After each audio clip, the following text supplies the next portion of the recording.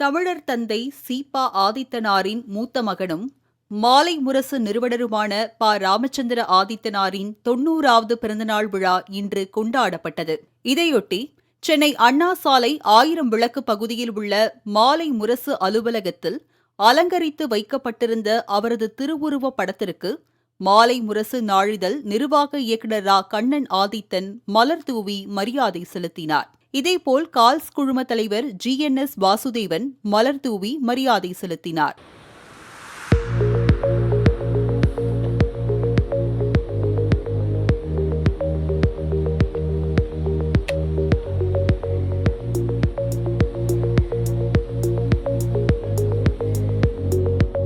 இதனைத் தொடர்ந்து திமுக சார்பில் அமைச்சர் சேகர் பாபு, அதிமுக சார்பில் முன்னாள் அமைச்சர் ஜெயக்குமார், விடுதலை சிறுத்தைகள் கட்சியின் தலைவர் திருமாவளவன், காங்கிரஸ் கமிட்டி தலைவர் செல்வ பெருந்தகை உள்ளிட்டோர் மரியாதை செலுத்தினர்.